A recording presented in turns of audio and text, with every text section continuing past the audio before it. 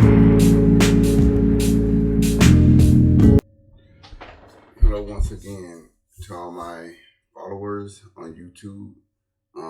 First and foremost, I'd like to thank you for watching faithfully and subscribing and sharing my videos. I just wanted to get that out of the way first. And secondly, I want to say once again, like this video so that I can get into the YouTube algorithm. Subscribe if you haven't subscribed already, and share this video so I may reach new viewers, new subscribers, as I'm trying to get this word spread to as many people as I can, as I'm doing God's business and God's work. So without further ado, I'm going to get into the message. And today, this message is going to be, well, I'm going to bring you a prophetic message from God, but it's going to be the prophecies concerning previous messages that I've done that I haven't explained, because they are connecting to other prophecies that God has given me. And he's saying they're all connected. He was giving me bits and pieces. And as you know, in I think it's 1 Corinthians chapter 13, verse 9, it says, we prophesy in part. And now I'm truly understanding that when he says now, when we prophesy, he's giving us part of the vision. He doesn't reveal the full vision to us. But over time, we'll get bits and pieces until we fit it all together, and the complete prophecy becomes known to us. So, first, I'm going to start off with a series of dreams and revelations that God gave me. I think started around July 10th. From July the 10th, then I received the other dreams around July the 24th. So this revelation came in a series of, it was like 3 dreams. These dreams were centered around World War II era. And each dream had a different meaning, but they were connected. The second dream also gave me clarity and understanding on the first dream. In the first dream, I was in a fortified trench-like position that led to an underground bunker. There was a large group of people in the bunker. We were trying to fight our way out to this position through enemy resistance. We make our way out of the bunker up through a trench with two of the people in front of me and the rest behind me. And we were all dressed in World War II U.S. Army uniforms. They all had guns, but I didn't. So we make our way above ground and advance on the enemy position, which were German soldiers wearing the Nazi swastika on their arm. And they were in a heavily fortified position. The first soldier that was with me, that was in front of me, he shot and killed one German soldier defending the position. Then he split off from us and moved to the right. So we were all kind of like in a single file line. Then after his first shot at the German soldier, he split off and moved to the right.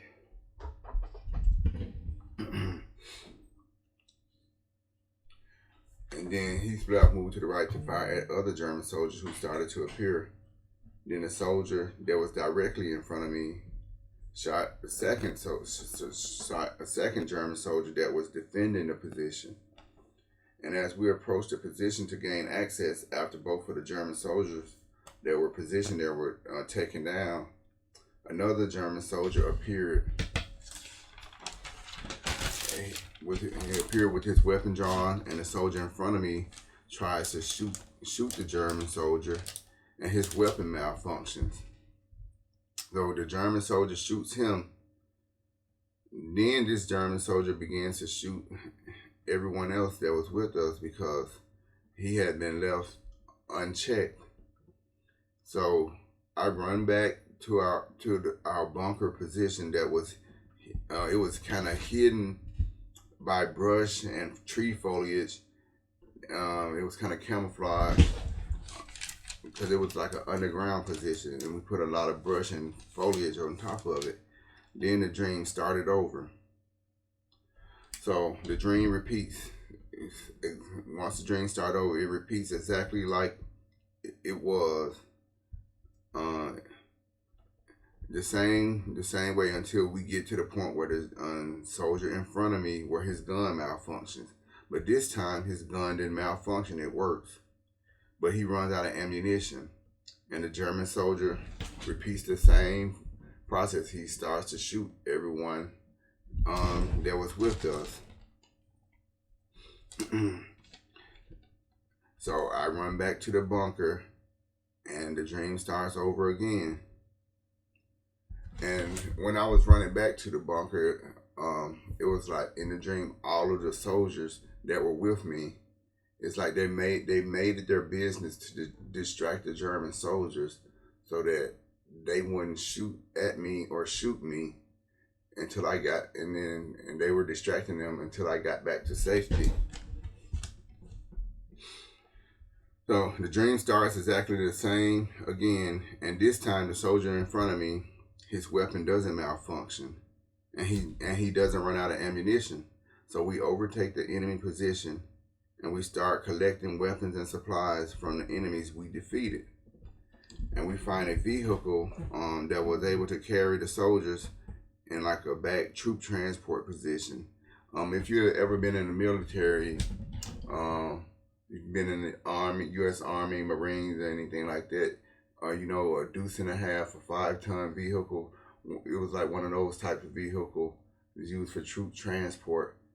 And so we find one of those, and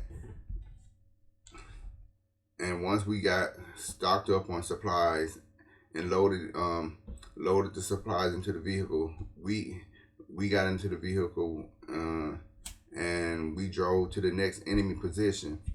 So we could see, because the vehicle that we got, it was a German vehicle.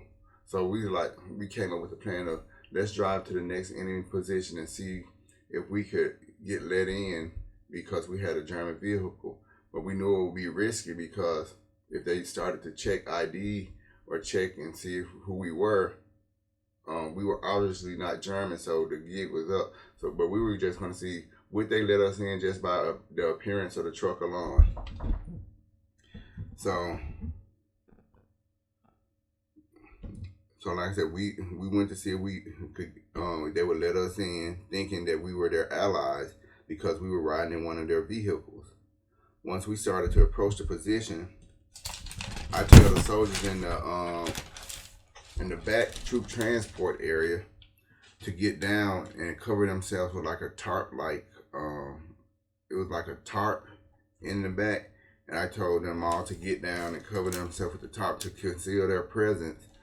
And I would give them the signal to attack once we got inside. If they let us in, I said, if they let us in and we get inside, I will give you all the signal to attack.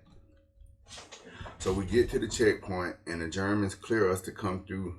So they open the gates of the enemy compound, and I drive through. Once I get far enough inside, I stop the vehicle and gave the soldiers in the back the signal to attack, which caught the Germans completely off guard, and we overtook that position. Then the dream ended. Now, when I first got this dream, the only word I received from God was, it's time for my children to come out of bondage. And that's when I made one of my earlier videos on YouTube called it's time to come out of bondage. I think that's it. Let me check.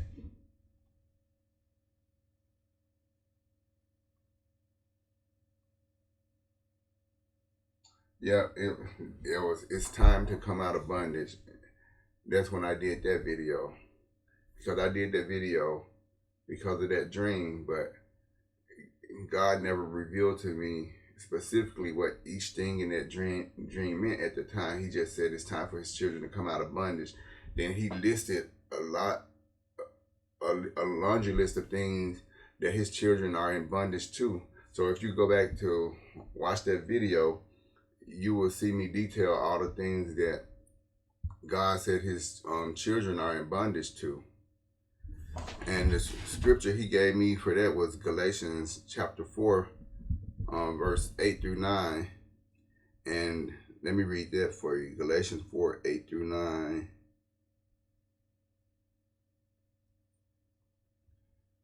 And it says, howbeit then, when ye knew not God, ye did service unto them which by nature are no gods. But now, after ye have known God, or rather are known of God, how turn ye again to the weak and beggarly elements, whereunto ye desire again to be in bondage? So, God was saying, how can you do the things that are not, and you're not knowing God or not knowing of God? You did the things that weren't those things that weren't of God, and served those lowercase gods. But he said, but now, after you are known of God and that you know God, you still turn around and go back into bondage doing those things that you were doing before. He's saying his people are in bondage, and they're in bondage to sin. And not just being in bondage to sin, but he said they are knowingly in bondage. So, a couple weeks later, I think, it was almost a couple weeks later, I think July the 24th, God gives me another dream. And that dream, I detail, and I did a second video of called It's Time to Come Out of Bondage 2. I think that's the name of it.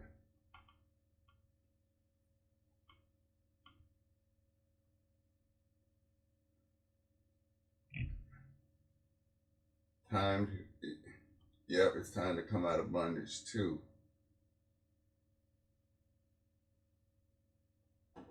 And so, in that dream, well, I detailed that dream in the video, but I can go over it quickly right now. Let me see. Okay, so here we go. In that dream, I started off standing on this like great gazebo, and there were a great number of people with me. So many that I couldn't place a number on them. What stood out about these people were that they were all in shackles and chains, as if they were prisoners. Now I had 3 people who were with me, and they were helping me.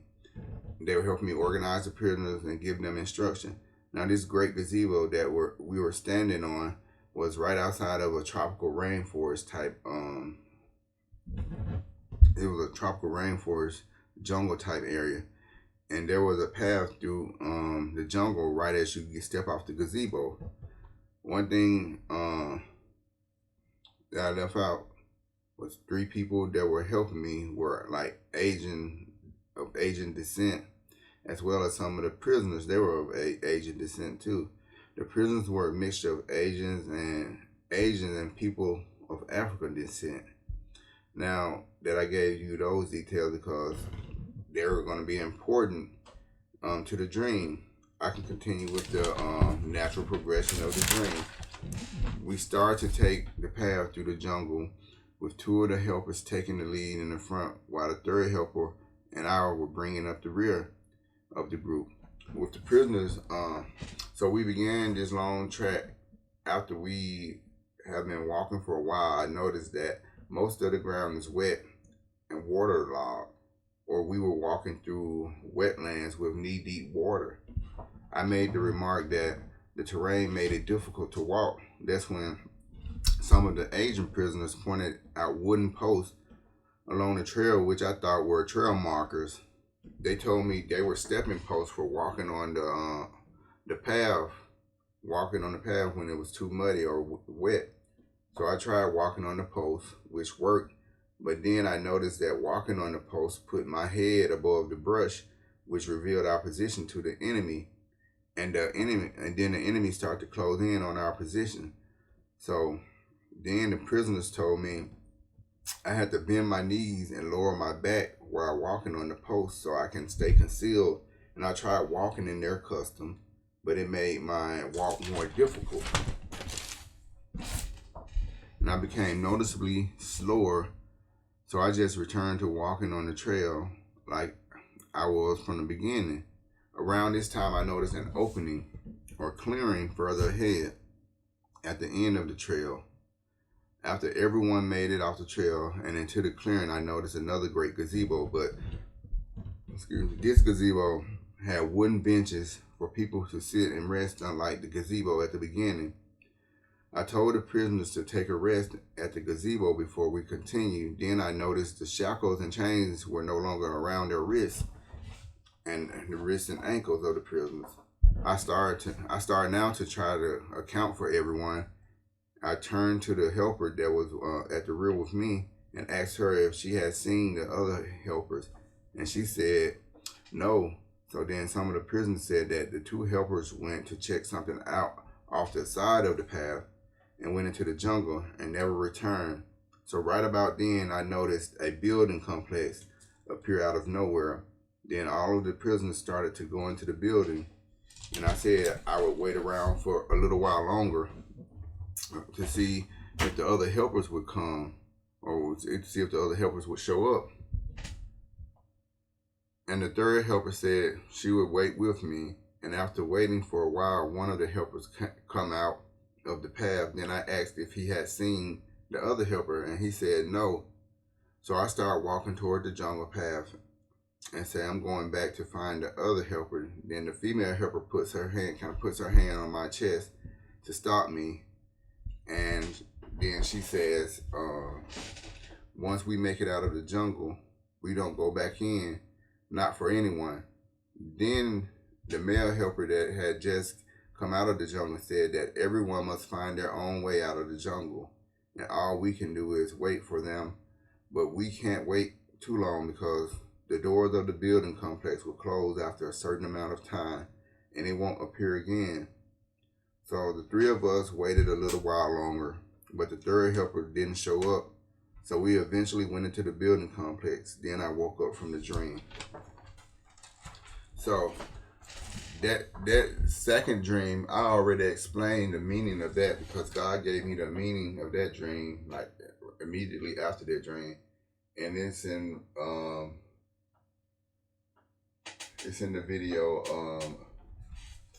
It's Time to Come Out of Bondage, the second one. It's Time to Come Out of Bondage too, and I posted that video on August the 5th. But the dream I just went over,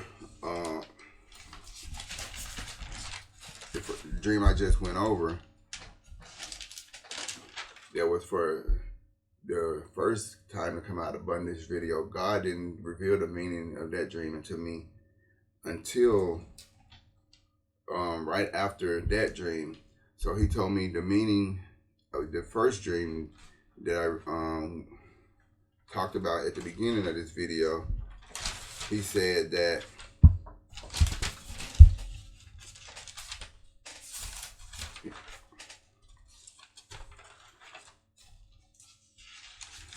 let me find my place.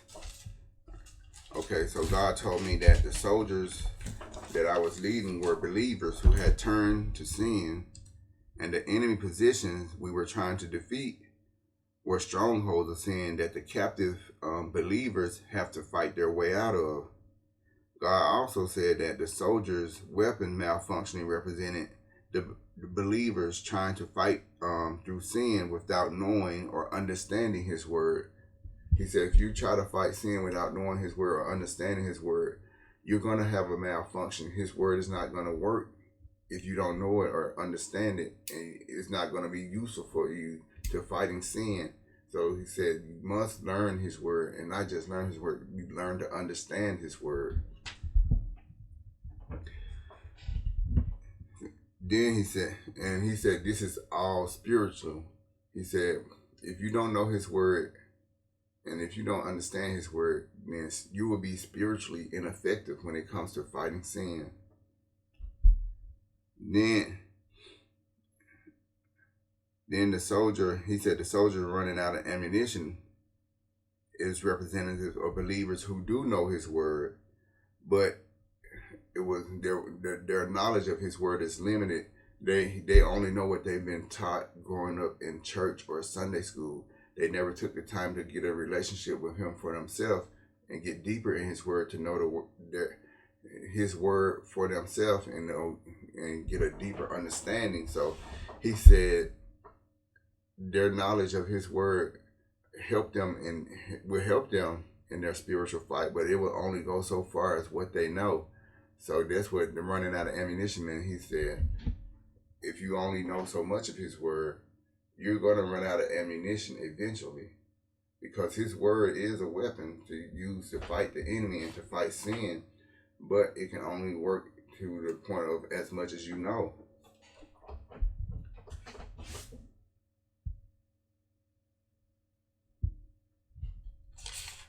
Then he said, and you will eventually end up being defeated by sin if you don't know enough of his word, or if you don't know his word for yourself. And once that malfunction happens, that spiritual malfunction happens where his word is not working on your behalf, you get defeated by sin, just like that soldier got defeated in the dream. And once you run out of ammunition, or once your word, the knowledge of his word that you know reaches its limit, then he said you run out of ammunition spiritually and you get defeated by sin. God said the reason that I didn't have a weapon in the dream, he said I didn't have a weapon because it wasn't my job to fight. He said it was my job to lead those believers out of captivity. He said the battle was theirs to fight.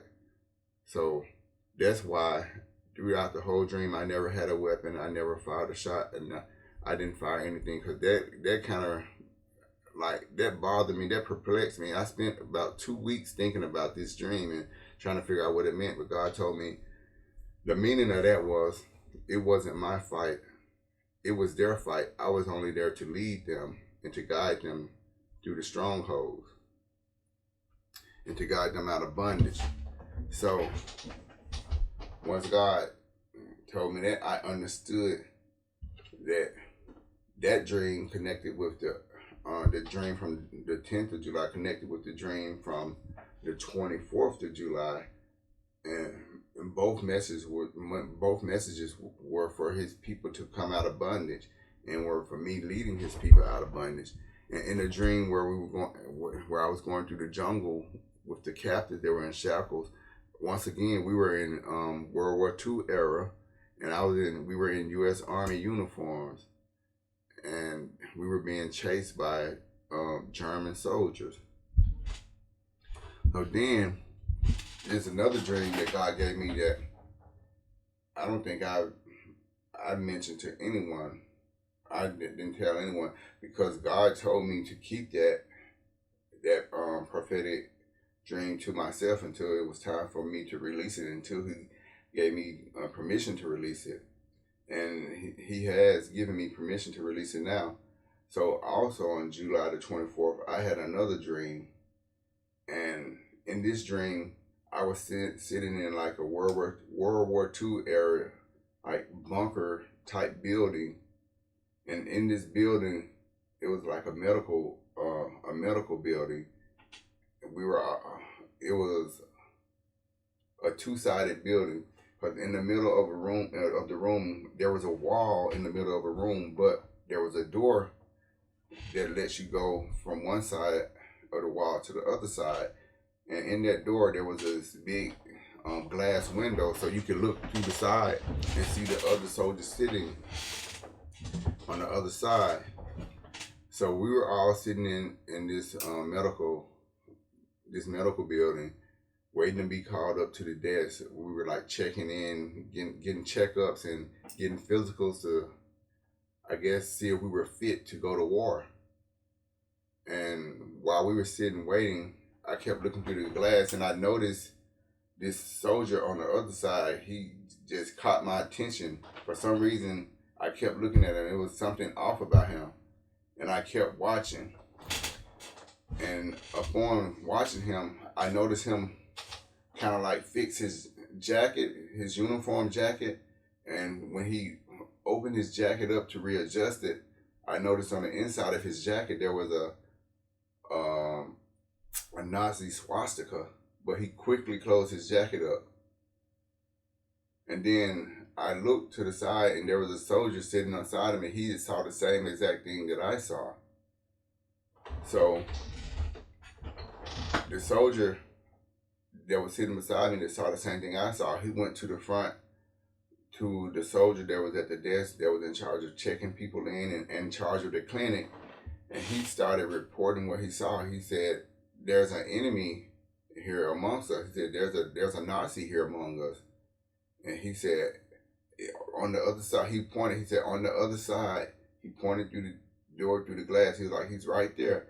He's like, he has a Nazi swastika on the inside of his jacket. But no one would believe him, and the soldier that he was reporting to wouldn't believe him. And they started to treat him like he was an enemy. Then I got confused by that. Then that's when I came to his defense. I'm like, no, I saw the same thing that he saw. I said, he's telling the truth. I saw it too. But they disregarded what I said. They didn't pay attention to what I said. And then they took the soldier that initially started reporting what he saw, they took him off. The MPs came and arrested him and took him off. And I'm looking like, what is going on? How can you get arrested for reporting that there was an enemy amongst us, that there's an enemy hiding amongst us? Then in that moment in the dream, God spoke to me. He said, those people that were arresting the soldier and many others that were in the room with me, he said, they are all agents of the enemy. He said, they are on his side. Then he said, the man that I saw on the other side with the Nazi swastika in the inside of his jacket, he said, that's the enemy. And he said that, and then the Spirit told me, he said, that's the Antichrist. And he said, he is among us. And God spoke in present tense. He said, the Antichrist is among us. And he's been giving us signs. He said, that's what the meaning of him opening his jacket and the Nazi swastika being on the inside was. God said that the Antichrist is among us right now. And just like that soldier opened his jacket and showed that he had the Nazi swastika in, he said the Antichrist has been giving us signs all along that he's here and that he's amongst us. But he said many people, and by many he means the majority of people, he said, haven't paid attention to it and they haven't seen it. He said they're distracted. They haven't seen the signs. So, and I'm thinking to myself, I'm like, God, are you sure this is what this means? The Antichrist is among us? He said, and he made the message clear again. He said the Antichrist is among you. He said, and he made it clear it was present tense. It's not something that's happening in the future, or it's not something that happened in the past. God said the Antichrist is among you right now. And he's giving you signs. And by you, God's saying he was referring to the world, believers in general. He said there have been people that have seen the Antichrist and seen signs that he was the Antichrist. But they blew those signs off, or they didn't know enough to pay attention to those signs. So that is the prophetic message that God gave me that he didn't give me permission to release, but now he's giving me permission to release. He said to warn his people that the Antichrist is here and he's among us.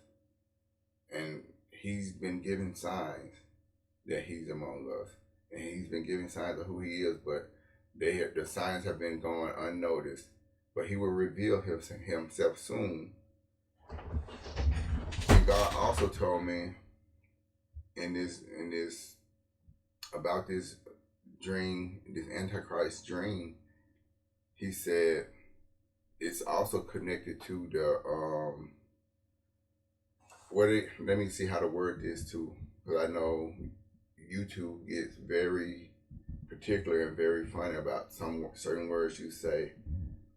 It's connected to the reproductive rights movement that's going on now.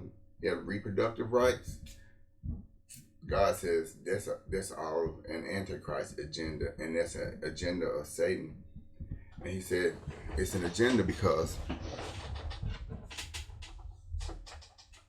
what Satan is trying to do and what the Antichrist is trying to do is prevent the birth of the two witnesses in the book of Revelations. If you haven't read about the two witnesses in the book of Revelations, I suggest you go to Revelations and read about the two witnesses. And I will put the scripture in the video description, so you can go look those scriptures up yourself and read about the witnesses. But God said this is what the whole reproductive rights movement is about. He said if you go all the way back to the beginning, years and years ago, decades ago, when the reproductive rights movement first started, before they were even calling it that, he said that was the agenda behind it. The Antichrist and Satan have been trying to stop the birth of the two witnesses because they would be a major hindrance to their plan. And I'm going to be putting other scripture references in here that God gave me that backs up these prophetic dreams that he gave me. And I just say, be vigilant, because we're in trying times now, and these times they're leading up to the end. They're leading up to the end time. God said he's coming back soon. His judgment is happening soon, and he said, and the enemy is ramping up his plans, and you will see the enemy's plans start to unfold soon. He said right now he's been behind the scenes unfolding his plan and trying to keep it hidden, but God says he's becoming bolder now. He's becoming more upfront, and now in the near future he's just going to be outright with it. He's just going to let you know who he is and what he's doing, because he feels it's come to a time now where his plans can't be stopped no matter what's done. So he's going to stop hiding and come out of hiding and reveal himself. So I say this to you all: stay prayed up, stay in God, and stay in Jesus, and be strong in your faith. Do not be deterred in your faith. Do not let fear overcome you and overtake you. With that being said, God loves you, Jesus loves you, and I love you. And until next time, stay prayed up and be safe.